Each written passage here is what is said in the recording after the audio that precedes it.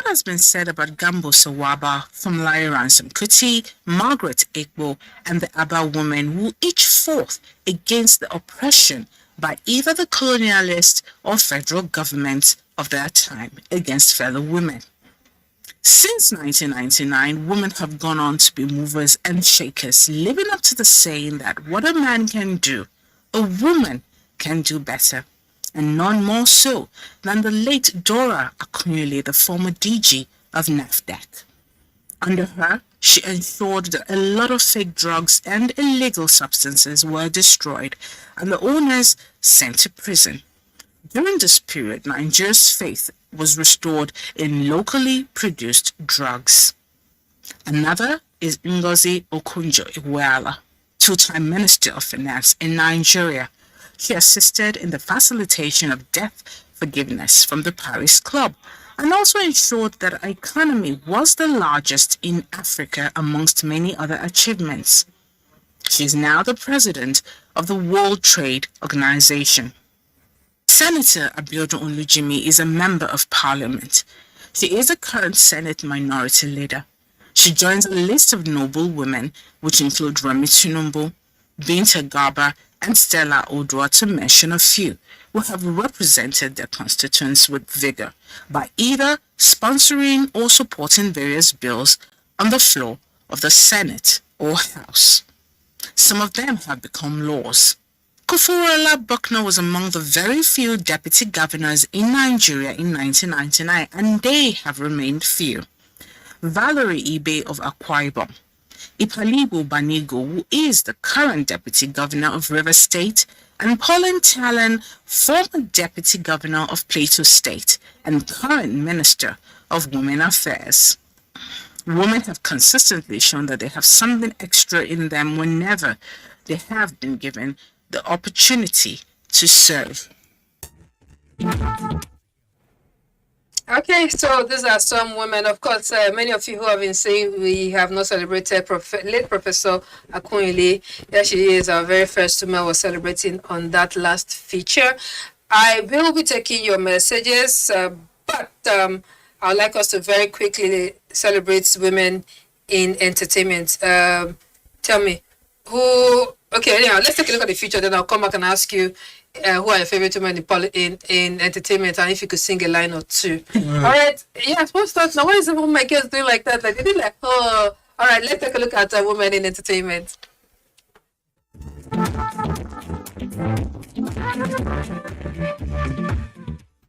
Over the years, women have proven to be a force to be reckoned with. From their impact in different walks of life down to our homes, one can say every woman has what makes her tick, what drives her to do things differently. Let's talk about some women with groundbreaking impacts in the entertainment industry. Music video director, filmmaker, and television director Kemi Adetimba is another woman in Nigerian showbiz who has conquered in a male-dominated sector. Her works have made headlines on MTV Base, Channel O, and Netflix, among other platforms. She released a short film titled Across a Blooded Ocean in 2009 after graduating from New York Film Academy. Kemi has directed and won awards for music videos for top-rated artists like Wizkid, Tiwa Savage, Two-Face, Banky W, Omaromi, and Olamide.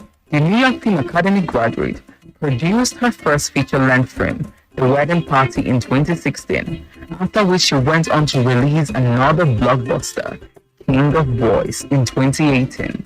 Joke Silva is a Nollywood actress who has stood firm through the years.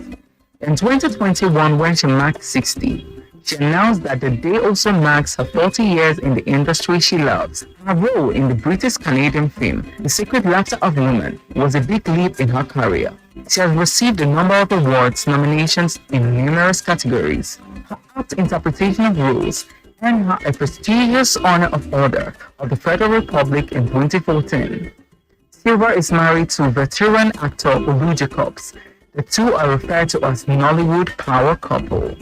Together with her husband, she founded a performing arts academy, the Photo Group, and was also the pioneer managing director of Malete Film Village. Wangi Mba Uzoku is a successful media strategist with a career span of over 16 years. Wangi is one of Africa's most talented broadcast executives and have been with South Africa Pay Television, Channel O, and Net as regional manager since 2012.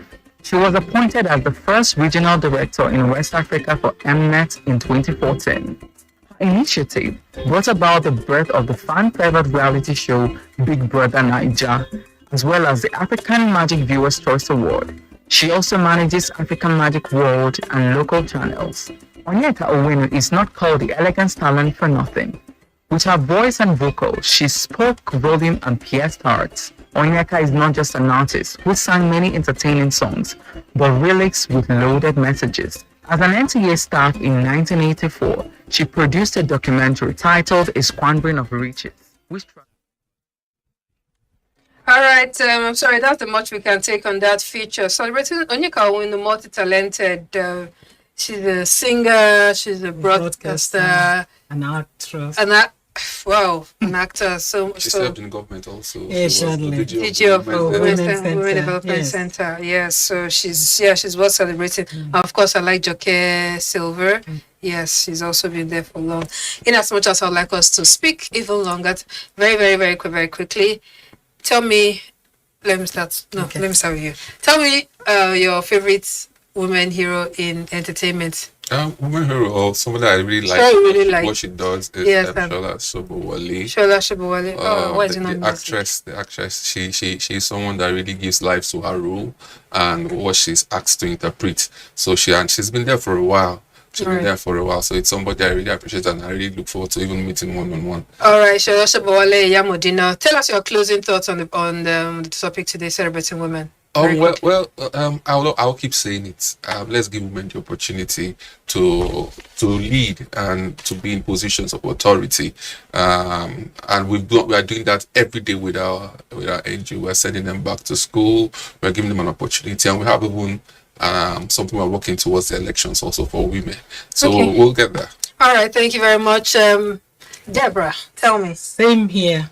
Women need to be given the enabling and environment to perform, to excel, And I want to quickly celebrate a woman that we have not talked about. Okay. And civil women in the service would really appreciate the fact that this woman, who was the first permanent secretary, federal permanent secretary, Francesca Emmanuel, was the one who made it possible for women to have full maternity leave and with pay. What we are enjoying now, somebody actually struggled and fought for it because she was in a position to do something and she was able to do it. An unsung hero.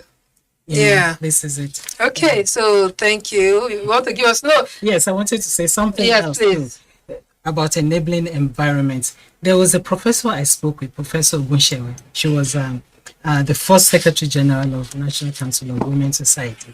And she told me how the council started with this woman who was formed something called Women Improvement Society.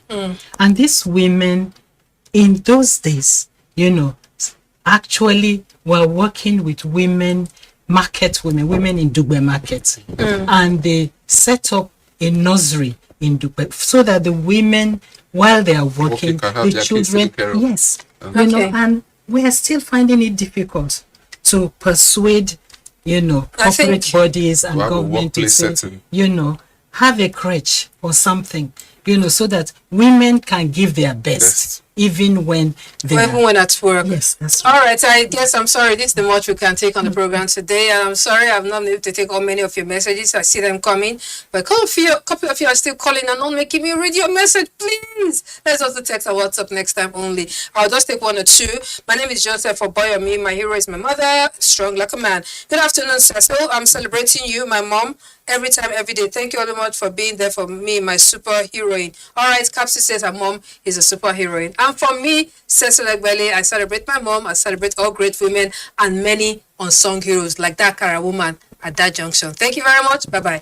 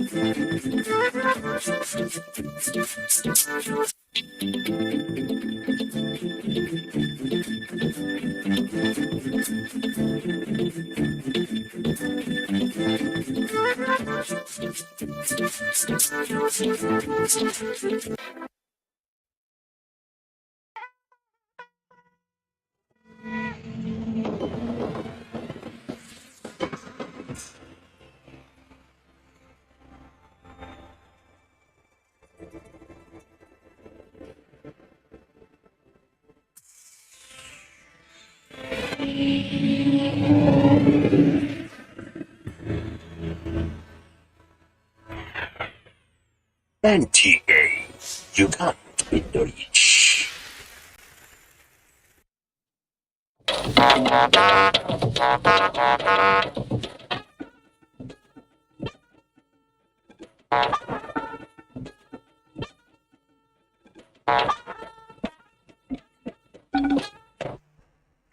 The Academic Staff Union of Universities, the umbrella body of the teaching staff of Nigerian public universities, first embarked on strike in 1988, and since then, it has been a recurring decimal in the public tertiary education system. Over the years, industrial action in Nigerian public universities have come to be recognized as almost a yearly ritual. And so, on Monday, February 14, 2022, ASU announced the commencement of another strike over the failure of government to meet some parts of the 2009 agreement signed by both parties. Despite efforts by government to resolve the issues, ASU has continued to extend the strike, which is now 180 days old and still counting. Meanwhile, private institutions and state-owned universities have been in session without any disruption. What does this portend for the students in public universities in particular and the education system in general? Can there be a lasting solution to the lingering strikes in the public universities in order to achieve a stable academic calendar? These are the issues on Weekend File tonight. I'm Henry John. Thank you for joining us. The news first.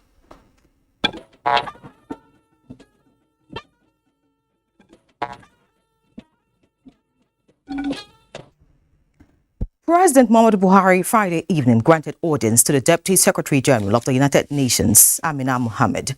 State House correspondent Adamu Sambo reports that the visit is in furtherance of the ongoing strategic engagement by the United Nations with critical stakeholders aimed at finding lasting solutions to the challenges affecting the West African sub-region. Before consulting President Buhari, the UN Deputy Scribe, accompanied by the Special Representative of the UN Secretary General for West Africa and the Sahel, had visited 5 ECOWAS countries. Discussions centered on the unconstitutional changes of government in Mali, Guinea and Burkina Faso. Details of the high-level engagement held behind closed doors were not disclosed.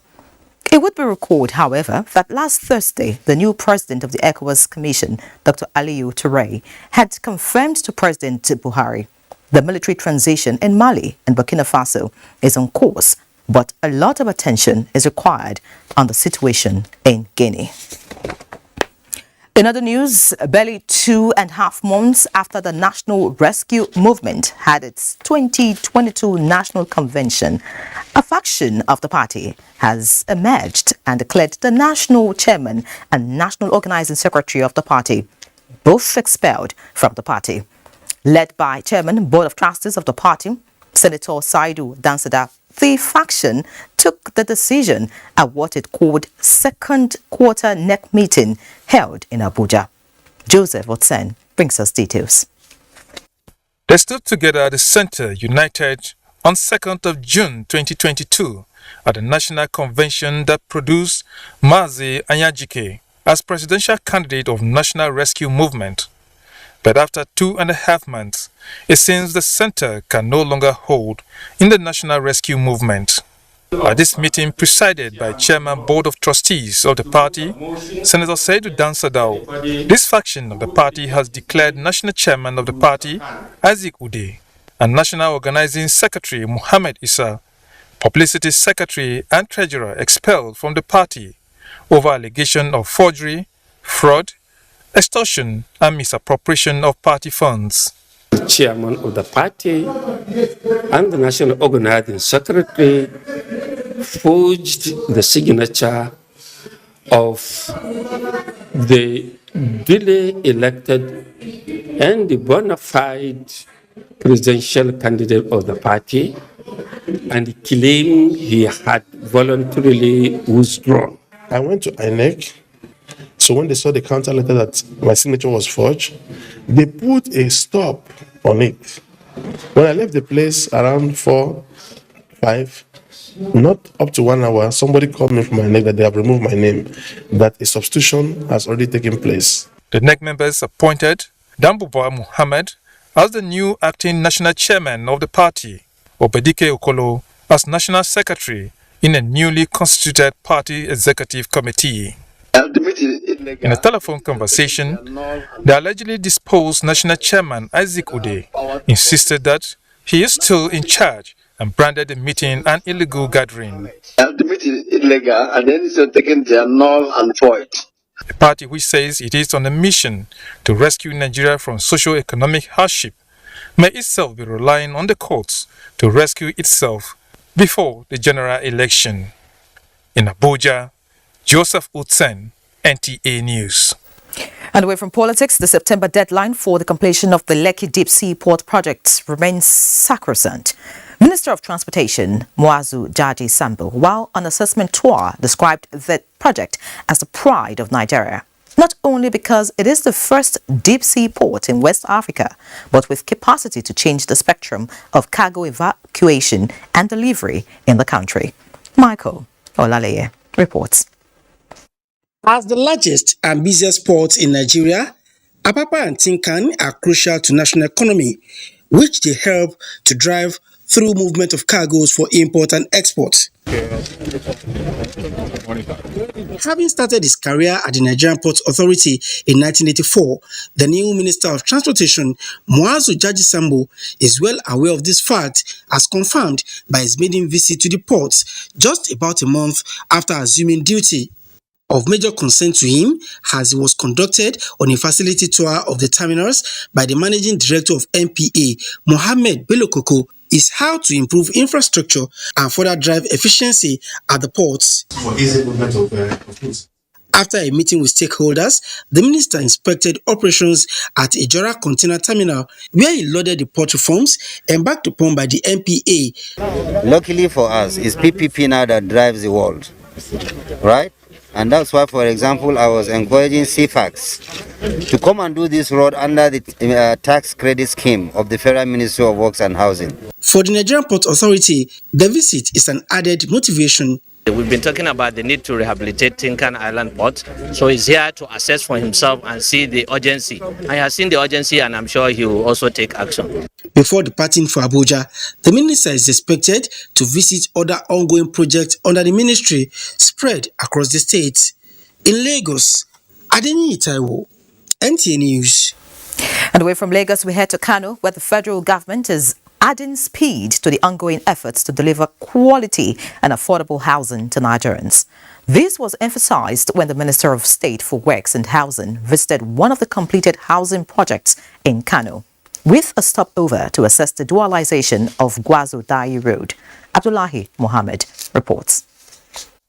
It's a homecoming for the Minister of State Works and Housing, and pridefully strolling across the completed National Housing Estate in Gamakwari, your local government area of Kano, his home state, having a feel of the serene environment with steps to each units of the flats to assess quality.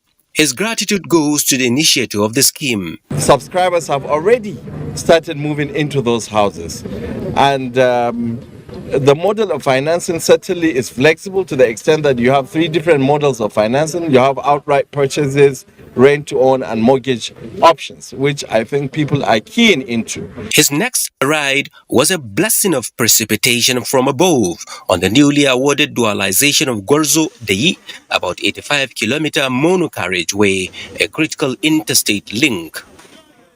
The locals hail in, and the minister waives the impact of the dualization of the road. What are the challenges? One of the issues is that the transition of time takes a long time. Last year, it was after 9 months we got paid. The Minister of State Works and Housing's final stop was the Western Bypass in Kano.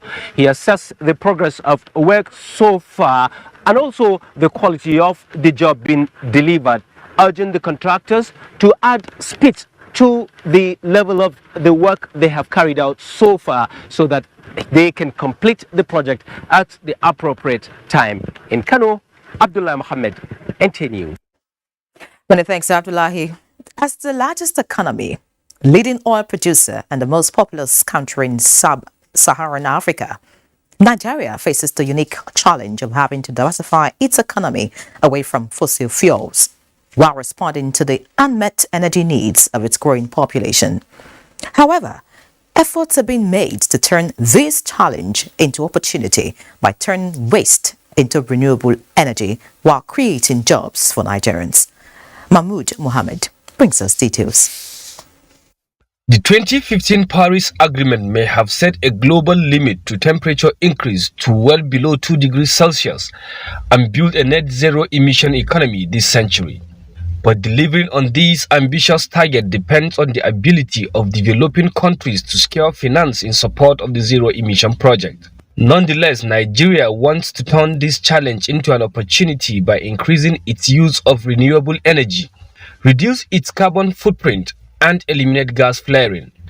And the Northeast Development Commission is doing that through the training of artisans and scavengers on efficient stove fabrication and briquette production. Not just about an environment-friendly stove, but it's also about an environmental-friendly fuel. That means you will have an efficient stove using not just an efficient fuel, but an alternative, renewable, available, sustainable fuel. There are things, that is some of the equipments that the Northeast Development Commission will give them in order to empower them. To start packing the things that we have been taught here to go and pack, so that we'll be able, when the machine will come, we'll be able to start our production. But before then, when we reach home, what I am planning to do is that straightforward, before I will be waiting for those machines, I pray that I will go and start my work straightforward without not waiting for anything.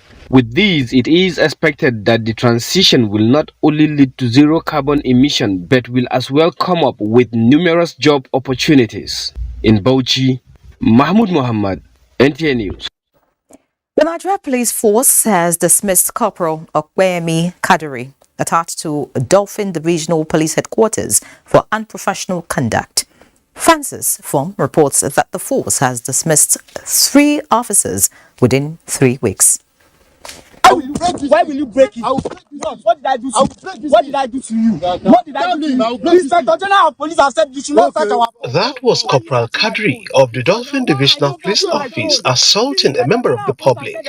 He was caught searching a commuter's phone by the roadside and equally assaulted the commuter, contrary to the directives of the Inspector General of Police.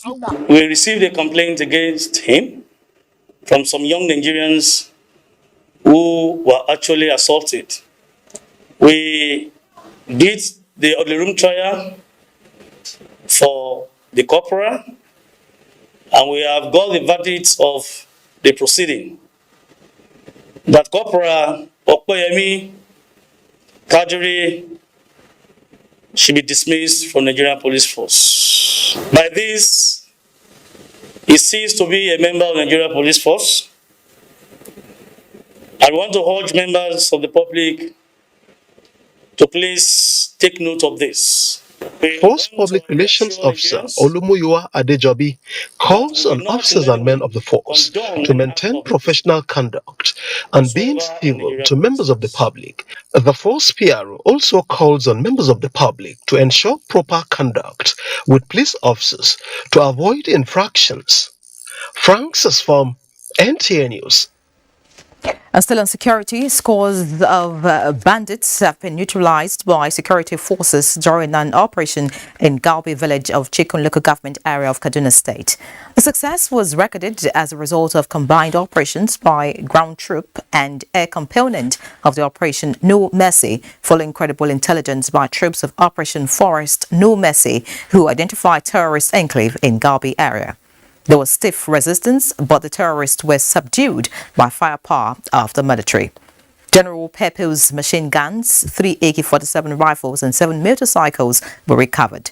A statement by Kaduna State's Commissioner of Internal Security and Home Affairs, Samuel Arwan, commended the security personnel for their gallantry, while pledging continued support to security agencies in the fight against all forms of criminality.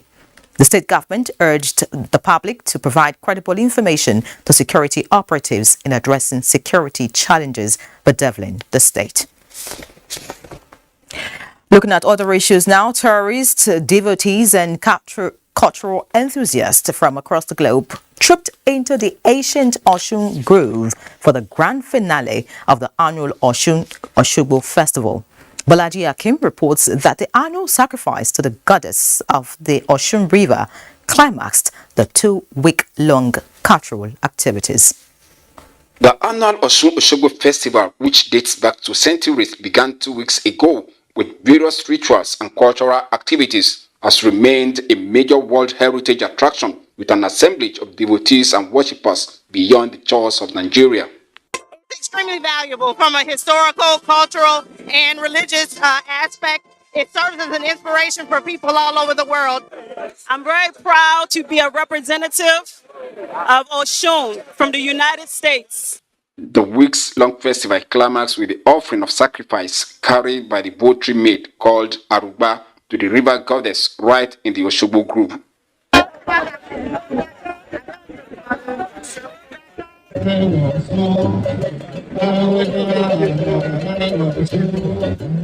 The Osun-Osogbo Festival over the years has impacted not only the socio-cultural activities of the people, but the economic growth of Osun.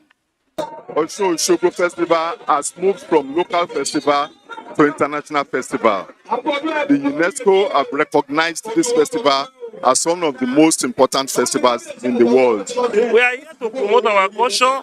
We are here to promote our heritage, establish our history the way it is. The Ataoja of Osogbo is Royal Highness Obajimo Olanipekun, who received various families, traditional and honorary chiefs, as well as devotees who paid the annual homage at the festival, prayed for continued peace and development of Osogbo and Osun in general. In Osogbo, Bolaji Akim, NTA News. 7 Nigerian innovations have come tops at the World Summit on the Information Society ICT for Development competition of 2020, 2021 and 2022. At the award ceremony in Abuja, the Minister of Communications and Digital Economy, Professor Ali Pantami, announced that the success story gets better as President Muhammadu Buhari prepares to sign the Nigeria Startup Bill, which will boost technological innovations and the nation's digital economy journey. Chimdima Ndubisi will tell us more. They came, saw and conquered, writing not just their names in gold in the nation's ICT map, but at the global stage for developing ICT solutions in agriculture, health, economy, education and environment. 3 Nigerian innovators in 2020, 2 in 2021 and 1 in 2022 earned the World Summit of the Information Society WSIS Champions title. The icing on the cake is Franca's Afrilingo application, which won the WSIS Global Award for 2022 out of 966 projects submitted from across the world. 1.3 million people voted on this. Afrilingo is a language learning app that would enable Africans, especially youth and Gen Zs, to learn about their languages. COVID-19 pandemic constraints is why the awards are being issued at this period.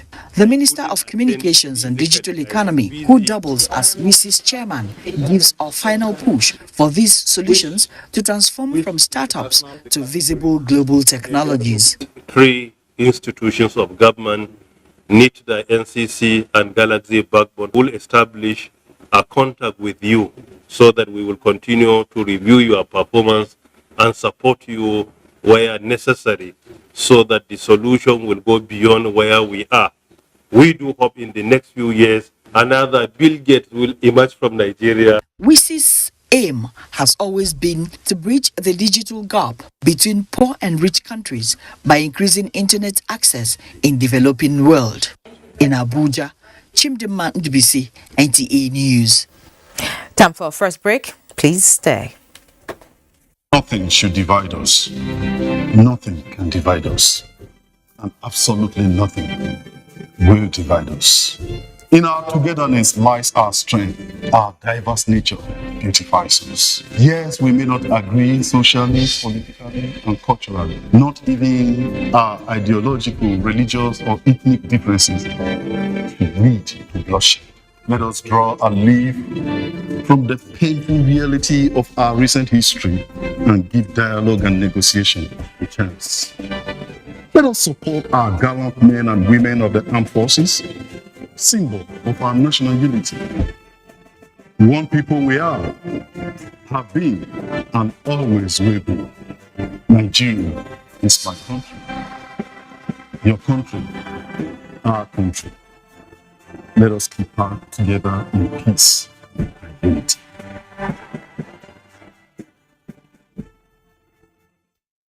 Nigeria Gulf Federation announces its first Nigeria Gulf Federation Summit. This summit will discuss salient topical issues that relate to the development and upliftment of Gulf in Nigeria. Chairman General IBM Haruna. Special guest of honor, Honorable Minister of Sports, Mr. Sunday Dare. Convener, Otumba Olusegun Rushewe, OON, President Nigeria Gulf Federation. Date 31st August to 2nd September 2022. Venue, Ladikwali Hall, Sheraton Hotel and Towers, Abuja. Time 10 a.m. prompt. This event is supported by Polaris Bank, Nigerian Television Authority, NTA, Africa Independent Television, AIT, Gulf Garden, Anchor Insurance, and Royal Ceramics. Otumba Olusegun Rushewe, OON, President, Nigeria Gulf Federation, announcer.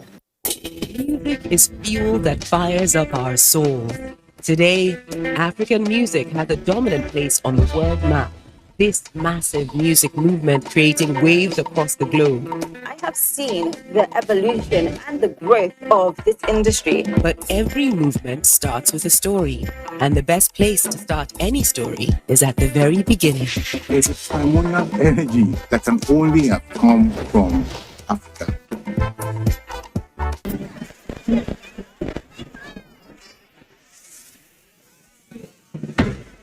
No more ghetto band. Oh.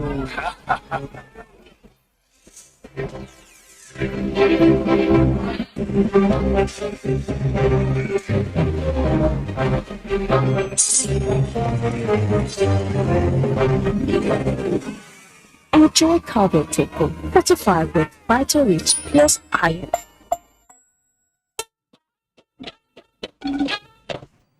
Thank you for staying.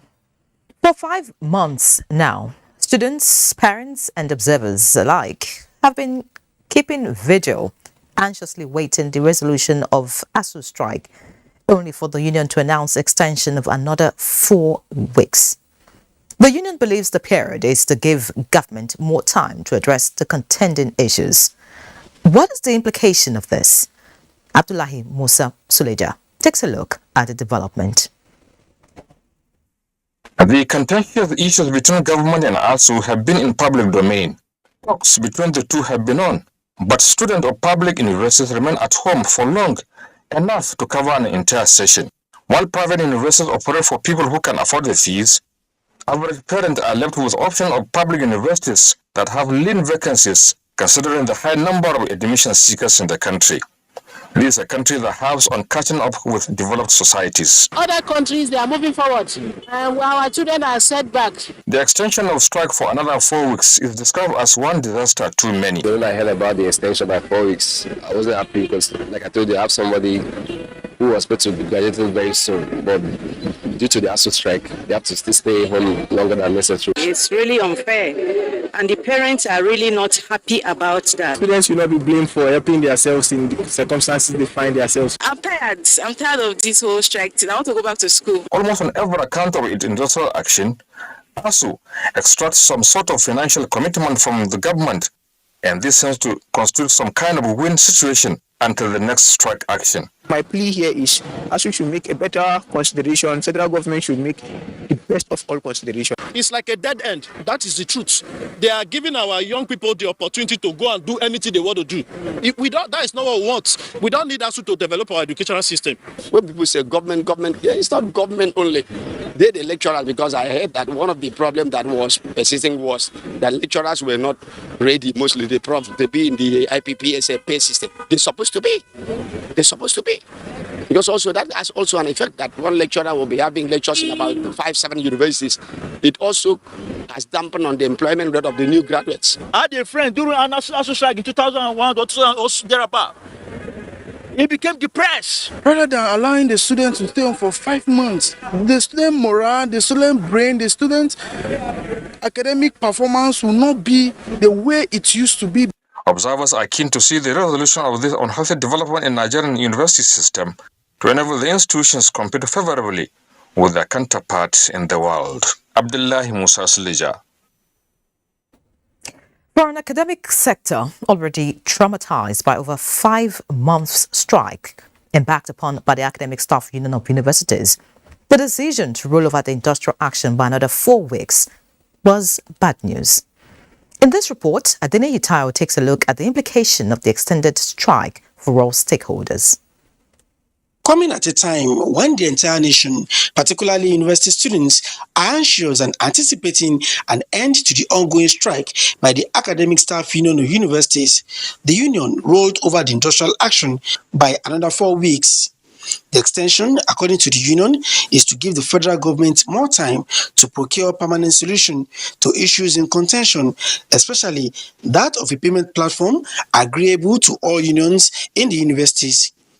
As the prospect of spending another 4 weeks away from classrooms stares them in the face, affected students are disappointed and apprehensive. Because with the students, our brains are drying up at home.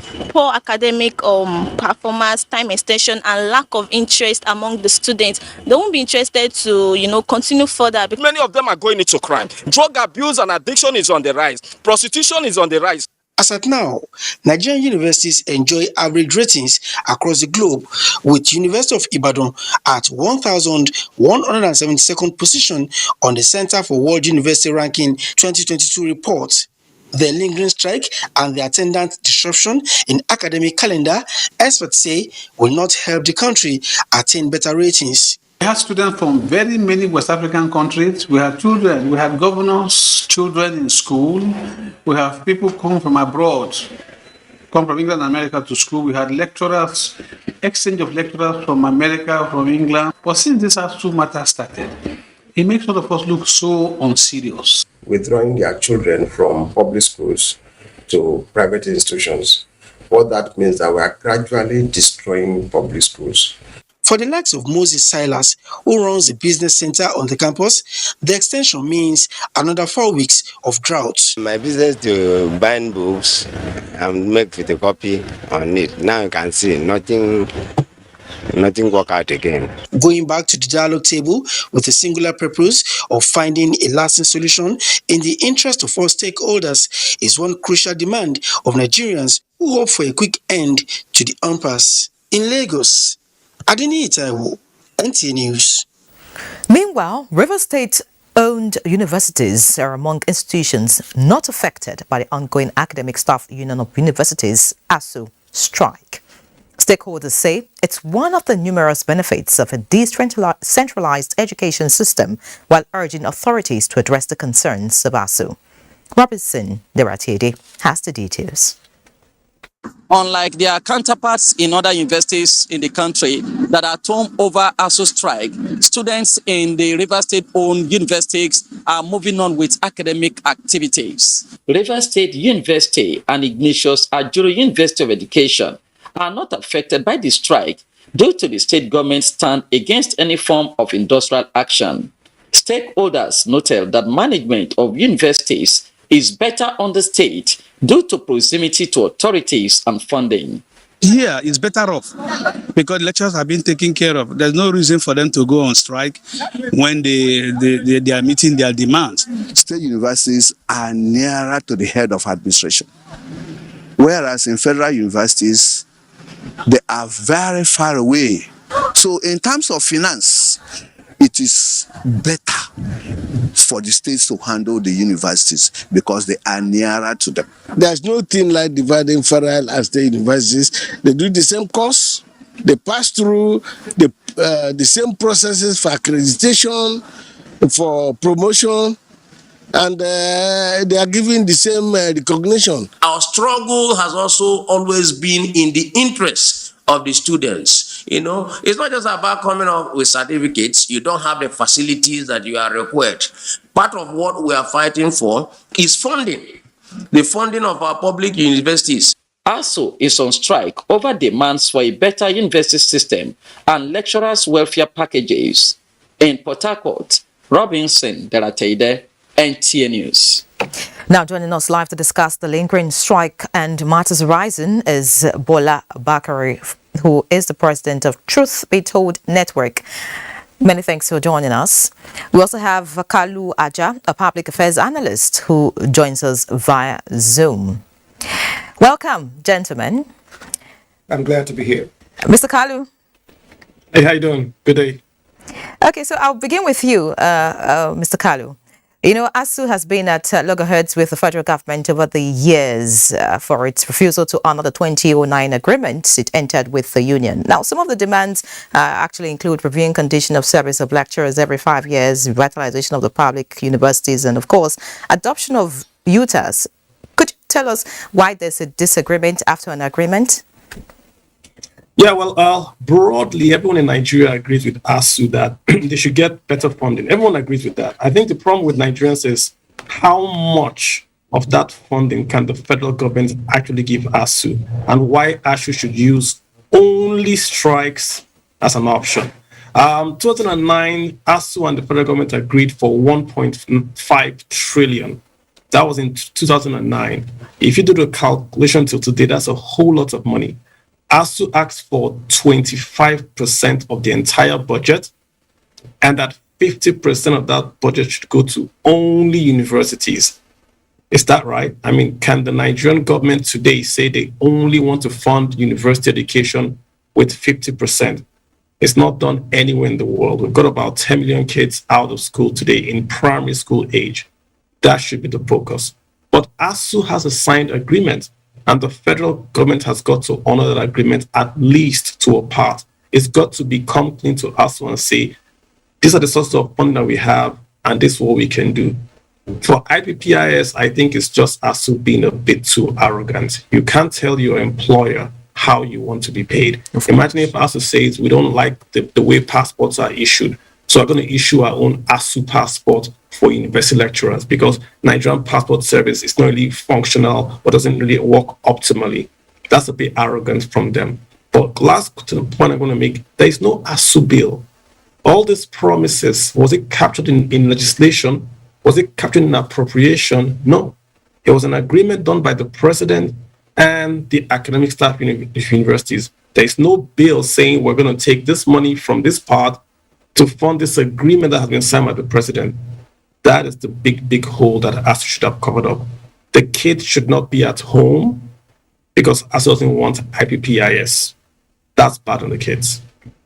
All right, thank you, Kalu. But I'll come to you in the studio. You heard Kalu and his thoughts as regards the ASU strike. What's your impression?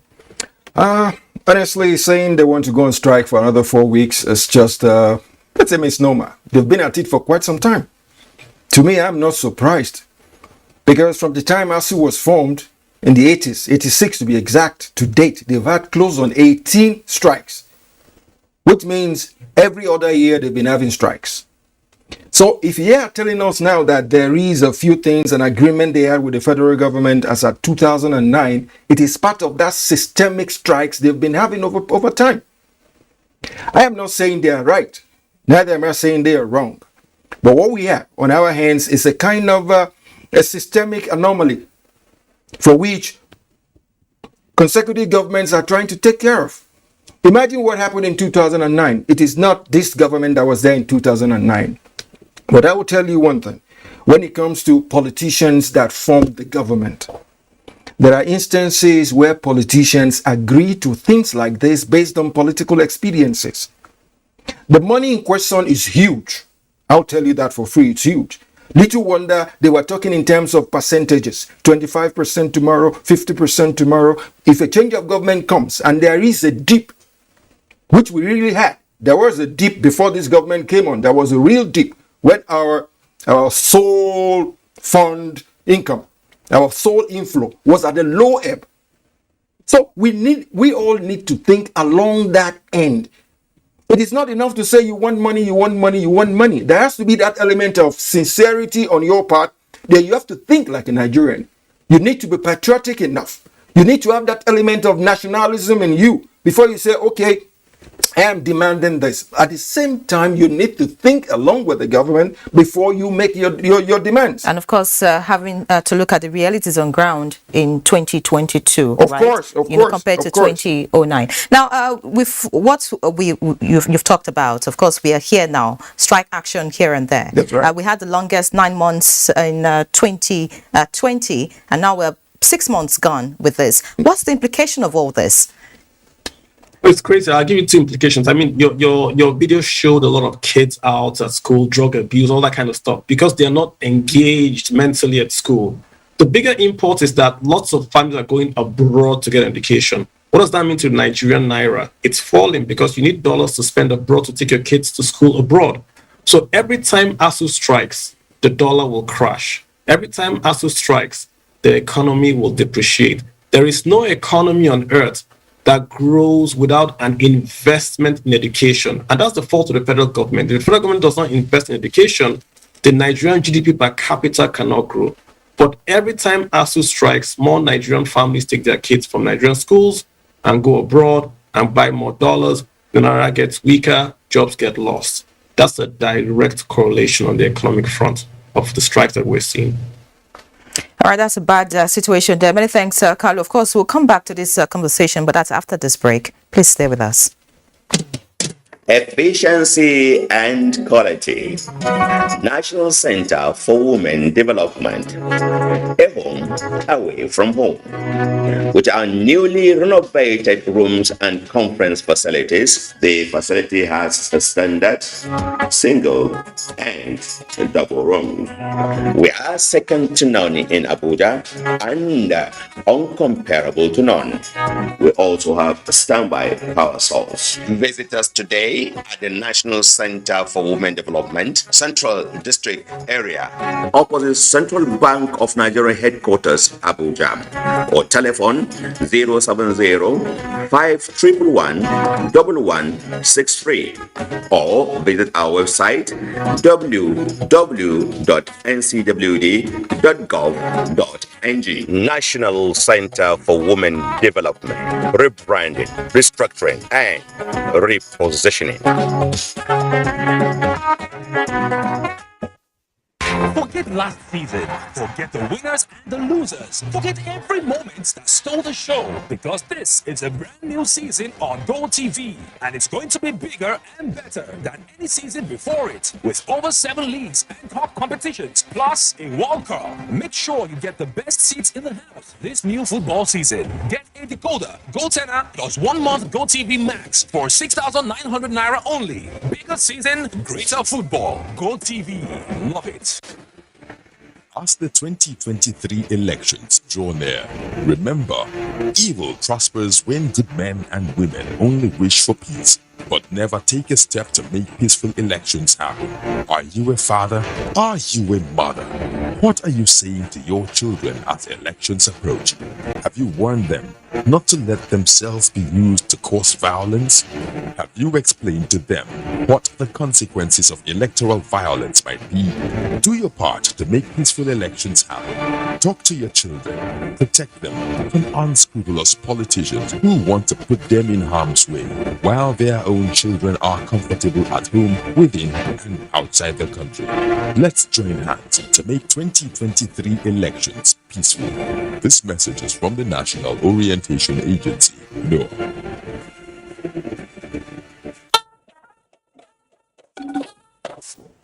The ongoing strike action by Academic Staff Union of Universities, ASU, in its 6th month with corresponding industrial action on campus by NASU and SANU, has affected the entire fabric of Nigeria's education system, as citizens remain in shock over the prolonged crisis.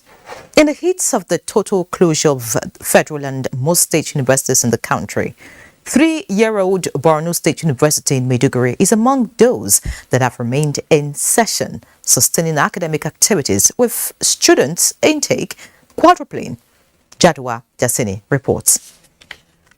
When ASU embarked on the strike action on the 14th of February this year, little did students and other stakeholders in the academic environment envisaged will reach half of the entire year. The negative impact is a widespread implication on the entire university community, students, parents, the thousands of families whose breadwinners operate businesses on and around the campus. The parents are finding it difficult to cope. I'm finding it difficult to cope. It's unfortunate that the strike has taken this long to be resolved. We love to teach. We want to be back in our classrooms. We should be serving right now, about to finish. I count it a plea to the government that they should put our matter into consideration and see how they can resolve this issue. This action only affects institutions where members of ASU are part of the workforce, and Borno State University is not among such institutions.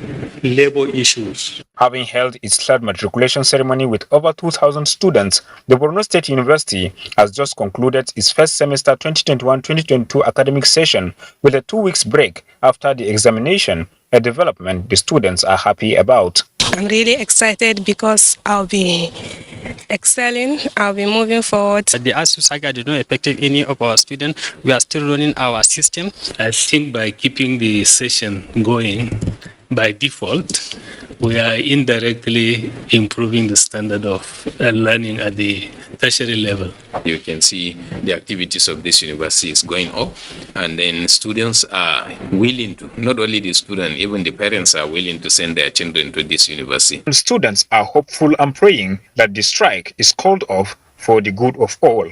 In Maiduguri, Jadwa Jasini, NTA News. Now, despite insistence by the Academic Staff Union of Universities, Kaduna State University chapter to join lecturers of federal universities in the protracted strike, academic activities have resumed at the university, with students writing their examinations. Dauda Muhammad reports that it has been a tug of war between the university management and striking lecturers, especially on the eligibility of the examination. After about 6 months of closure, the university campus is back to life.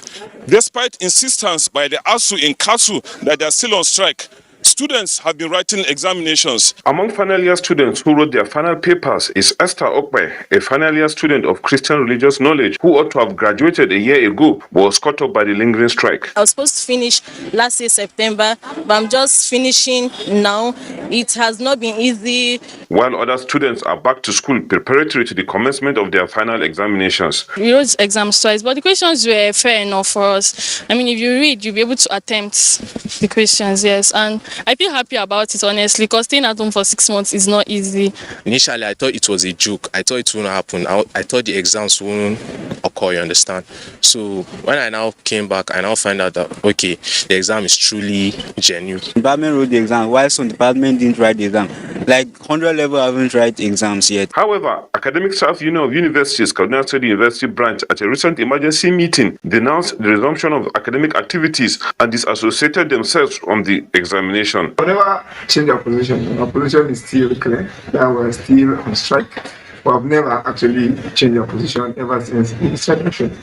So what we did today was to brief members on what was deliberated at the next meeting. The acting Vice Chancellor, Professor Abdullah Musa Ashafa, said rescuing education from total collapse is the compelling reason for opening the university. The strike has become so protracted to the extent that the council of the university invited the ESCO of ASU to discuss the matter. And the council promised, okay, return to classes, and whatever negotiation that has been reached between ASU at the federal level and the federal government, we will now see how we will now implement. But this offer was thrown away. The general consensus among critical stakeholders is that academic staff of Kaduna State University have no business joining the strike, as the state government has addressed issues that led to the closure of federal government-owned universities. Dauda Mohammed, NTA News. I still have with me Bola Bakari, who is live in the studio, and Kalu Aja, who joins us via Zoom. Now, Bola, I would like to begin with you at this point. You know, President Buhari gave a 2-week ultimatum to the Minister of Education that, the strike should be resolved, not just with ASU, but the other 3 unions of universities. Yeah. Why do you think the strike has continued despite that ultimatum from the president? You see, it goes ahead to tell us a few things about what is happening out here. Because thank God for Mr. President for telling them that, look, I am giving you a time frame to make sure you resolve this. Let me revert back to what happened some time back in terms of this UTAS and IPPIS. The last time they visited Mr. President, it was Mr. President that told them, you are in the academia, you are broad-minded, come up with things that can make the education system work better. You know what they did? That was when they came up with UTAS. And like my brother there in the United States said, he said, for God's sake, for crying out loud, how will I be the one paying you and you will tell me how I'm going to pay you? How many are you in ASU compared to the civil servants and public servants in Nigeria? Why do you want to do that? Honestly, let us look at it closely, because it is not nice just saying it on the surface. You see, there are instances where some of these lecturers, they go on visitations to other universities, numbering like 6. Imagine what will you do if you're lecturing in 6 universities before you go back to your own home base? You are tired. The students in your own school are shortchanged. Little wonder, at the end of the day, you barely look at their papers, you just keep giving them marks based on arbitrary things. Secondly, the junior lecturers that are coming, they do not have that opportunity of going around enough to garner the experience, because you, the older ones, have gone around 6 universities, and at the same time, you want to be paid from 6 universities. Little wonder you are thinking in terms of UTAS. But if it were IPPIS, the determination of your payment is from somewhere else. This is something the Mr. President threw at them, and this is the angle they told. But at the same time, I am still looking at it that Mr. President, in his own aptitude, is doing it the right way by telling the minister. So you think ASU is basically looking out for themselves, not really about the education system in general? Of course, yes. Let me cite you one instance. Last year, they were given 22 billion as earned allowance. A few weeks afterwards, the other unions were asking ASU, give us accountability. Let us know what is happening, because they've been shortchanged. My sister, you are listening to, we're talking of 22 billion. The request is for 1.3 trillion. If they had gotten 1.3 trillion, what do you think will have happened between the unions? Okay, let me quickly go over to Kalu now. Maybe you would respond to the fact that, the strike is still on despite the ultimatum given by the president. But how would you respond to the fact that ASU is asking that, Nigerians vote out the All Progressives Congress? Is ASU a political party? And then is it right, to be asking Nigerians to do that? Well, I think if they go that route, i.e. they go political, then they lose the argument, they lose the effect. Nigerians are supporting the strike because their kids, friends are in university. They don't want to be political. They want their kids to learn and come out with a degree. Once you start to say, vote out this party or that party, the agreement was signed by PDP. the 2009 agreement was a PDP agreement, right? Even before then, we've had governments, even the military governments, that haven't funded education. So it's not a political party issue. The government signed, in my view, what they cannot implement. 1.5 trillion every year for 3 years, 25% of the federal budget, 50% of that budget should go to only universities. This happens nowhere in the world. I'm just being specific. Nowhere in the world does any government spend more on tertiary than primary and secondary. So ASU has a signed agreement, but that agreement on its face, in terms of the ethics and the morality of spending to Nigerians, it's wrong. So there has to be a middle ground. The pipe is blocked. There has to be a middle ground. The government has got to meet ASU, and ASU has to drop most of the frivolous demands like don't use IPPIS. Come on. If the president is paid by IPPIS, the military that go abroad, that do transfers, that have allowances, that go on peacekeeping, they are paid by IPPIS. The ASU should drop that. All right. Thank you so much, Kalu. Thank you for your time, and thank you for joining us. All right. So just before we round off this discussion segment tonight, ASU has come out to say that they do not just want to suspend the strike, they want to end the strike. How do you think that can, actually come to fruition? ASU has always been very adamant about what they want. And what they want is money, money, money, money. Thank God for some school of thought that have come up with the fact that it's high time parents come into this and chip in and then weigh in on it, because we are all parents. Even the ASU members are parents. They have families back at home. And then with a case like this, parents can come in and then advise them about what to do. There are loads and loads of parameters of what ASU can do. They are not looking inwards. They are not generating IGR on their own. Look at it. Lately, an alumnus of University of Ibadan sent in $1 million to the school based on the request of the school. That was because when he was a student, the school served him well.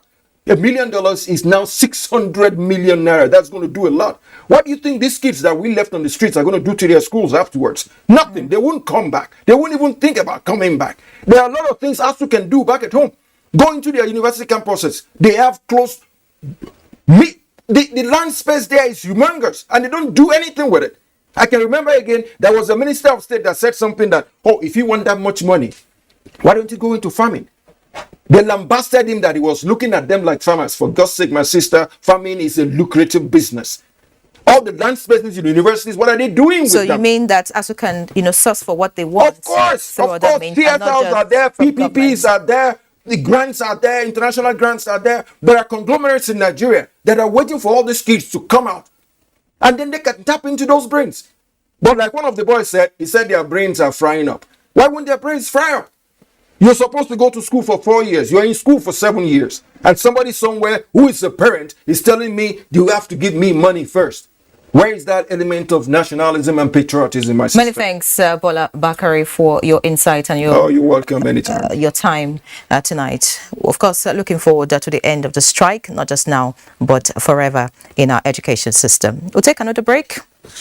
Please stay. Road network. The construction of a 1.6 kilometer long second Niger Bridge, including a 10.3 kilometer highway furnished with other infrastructure, has been in motion by the federal government. This project will ease congestion on the existing 56-year-old Onitsha Bridge and boost the economic capacity of the state as it easily connects to other parts of the country.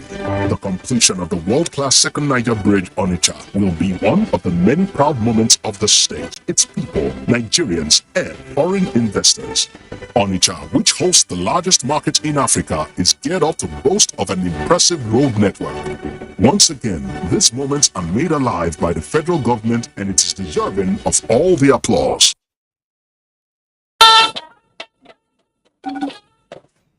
Up next is sports with Gift George. From the Under-20 Women's World Cup in Costa Rica, Nigeria's Falconets captain Tosin Demehin says the team is excited about the 1-0 victory over France in the first Group C game at the ongoing FIFA Under-20 Women's World Cup in Costa Rica on Friday night. She also insisted that the team is now focused on the next game against South Korea, who defeated Canada by 2-0. The Falconets will now play South Korea on Sunday. Nigeria's Falconets, who are two-time runner-up, are amongst 4 other countries who have participated in all FIFA Under-20 Women's World Cup. Still on women football, after becoming the first African to win the CAF Women's Player of the Year for a record 5 times, Asisat Oshoala has been nominated for the 2022 FIFA Ballon d'Or. The Super Falcons and Barcelona striker was nominated Friday night for the Best Women's Football Player of the Year award. And in boxing, Nigeria and Ghana will rekindle their rivalry on Sunday when Nuruddin Fatai of Nigeria squares up against Patrick Anye of Ghana in the featherweight category of the Lasgidi Boxing Initiative International Challenge fight. Secretary of the Nigerian Boxing Board of Control, Remy Abodorin, explained that the challenge sanctioned by the Boxing Authority will also give opportunity to other Nigerian boxers in various other national bouts. In wrestling, one of Nigeria's gold medalists at the just concluded Commonwealth Games in Birmingham, Odunayo Adekore, has bagged another gold medal at the ongoing Islamic Solidarity Games in Kenya, Turkey. Odunayo defended her title in the 59-kilogram freestyle weight category. The 3-time world champion aimed 27 points against her 4 opponents. On the foreign scene, in some of the matches played on Saturday in the English Premier League, Aston Villa beat Everton by 2-1. Arsenal defeated Leicester City 4-2. Brighton and Newcastle played a goalless draw. Manchester City trashed Bournemouth by 4-0. Southampton and Leeds played a 2-2 draw, while Wolves and Fulham played a barren draw. With Sports Update, Gift George, NTA News. The death has been announced of Barrister Bako Abdullahi, aged 77, from Tura local government area of Bauchi State. Barrister Bako Abdullahi, a former Attorney General Bauchi State, one-time Secretary and Legal Advisor, Nigerian Maritime Administration and Safety Agency, NIMASA, and also a former National Commissioner and member, Independent Corrupt Practices and Other Related Offences Commission, ICPC, as well as Acting Chairman, ICPC. Barrister Bako Abdullahi died on Friday, 12th of August 2022 in Cairo, Egypt, after a brief illness. He survived by a wife and 6 children. Now time to take a quick peep at the weather outlook for Sunday. Welcome to the weather forecast. We expect widespread weather activities come Sunday as thunderstorms are expected over the northeastern region and parts of the north central, with chances of morning rains over the southeast coast and parts of Abia, Ebonyi, Enugu, Edo and Ondo. These weather systems are expected to propagate westward by afternoon, giving widespread thunderstorms over the northwest and parts of the north central, while rains are expected over the coastal cities and parts of the inland cities of the south. I leave you with the forecast across some selected cities. I'm Sefia Saynusa. Thank you for watching.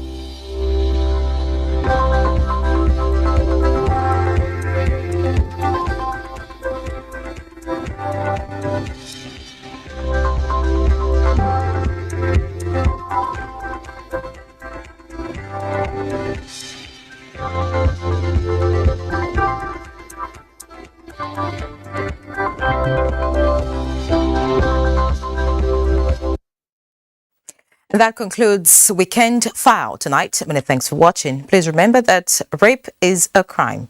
Speak up and take action. I'm Ian Ray John. Have a good night.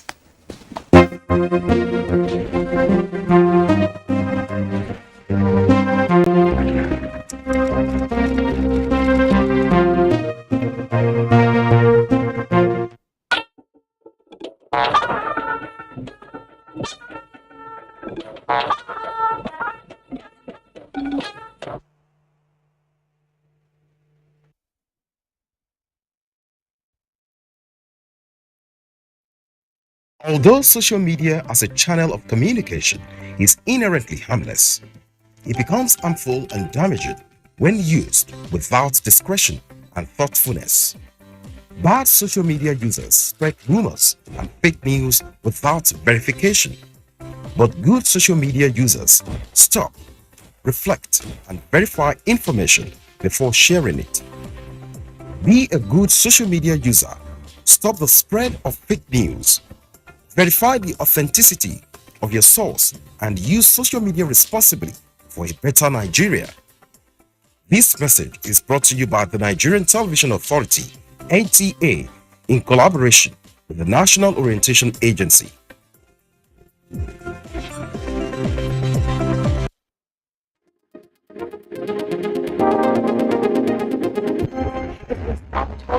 Is a mustard seed, then nurture it, water it, grow it into that tree in your rainforest. And she already stands in front of it and asks me to take a picture. One of the prevalent social issues in our society. There are certain things you take that's good for you, at the same time there's a bad side. Yeah.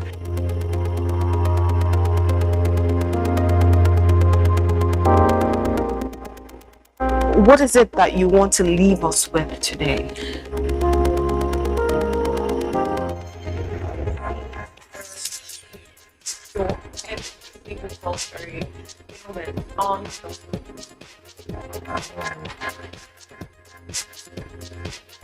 Our reality with Sky, 10:30 a.m. every Monday, and it repeats at 12 midnight. 24 hours a day, 7 days a week. You can watch NTA International live on your TV, computer, iPad, tablet and phone. Log on to visiontv.co.uk and click on Entertainment, then NTAI. You can also download the iOS or Android app on your mobile devices to watch NTA International on the go, anywhere in the world. NTA International, your window to the world.